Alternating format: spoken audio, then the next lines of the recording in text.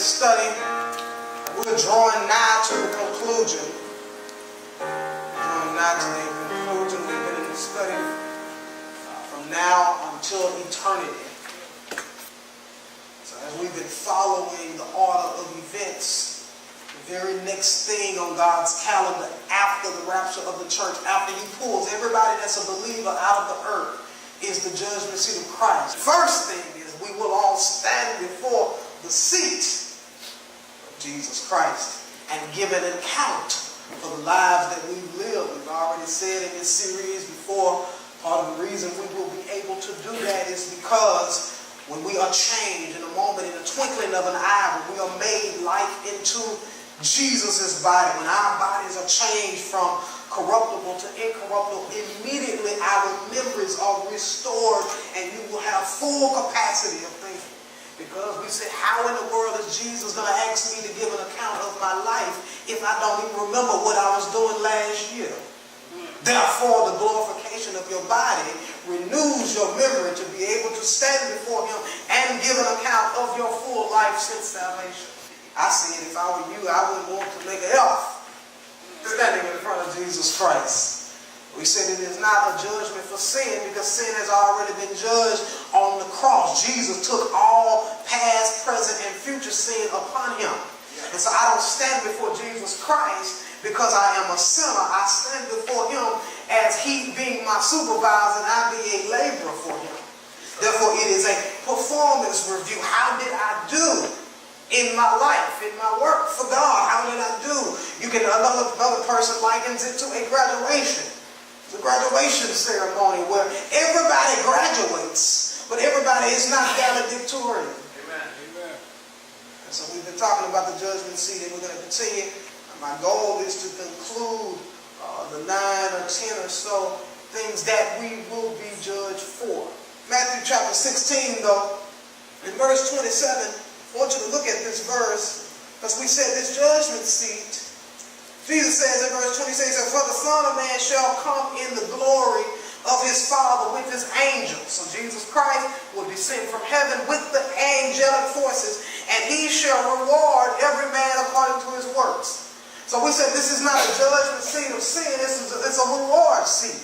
You either get rewarded for what you did, or you lose rewards for what you did not do. Jesus is saying, when I come back, I'm going to have the rewards with me. I'm coming to rapture the church out of here. Romans chapter 14, verse 10, he said, but why dost thou judge thy brother?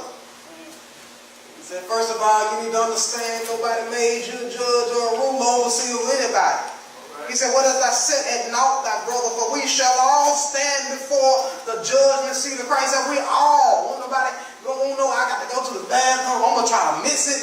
None of that. We will all stand before the judgment seat of Christ. For it is written, as I live, saith the Lord, every knee shall bow to me, and every tongue shall confess to God. So then every one of us shall give account of himself to God. Let us not therefore judge one another anymore. But rather, he said, judge this, that no man put a stumbling block on occasion to fall in his brother's way. Paul says, look, he says, y'all over there judging people, talking about people's motives and all that. You don't know what's in people's hearts. He said, if you're going to judge anything at all, he said, judge yourself. He said, is your life as such where people are not drawn to Christ? He says, are you causing or creating an occasion for somebody else to fall? If people follow you, would they get to Jesus?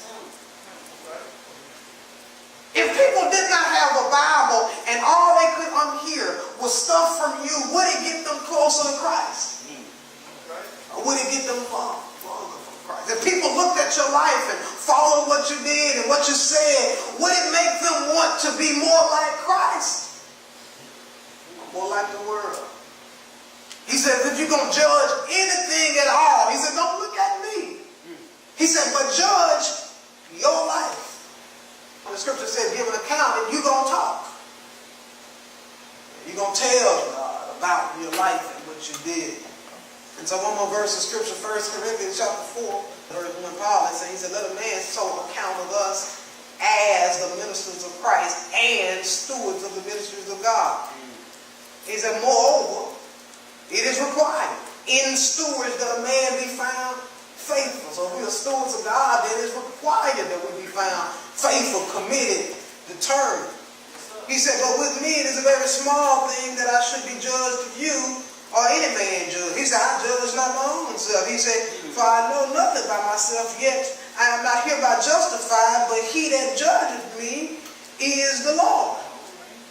He said, therefore judge nothing before the time until the Lord come, who will bring to light the hidden things of darkness and will make manifest. Manifest means to bring out into the open. Will make manifest the counsels of the hearts. And then every man shall have the praise of God, or God will give them accommodation. Yes.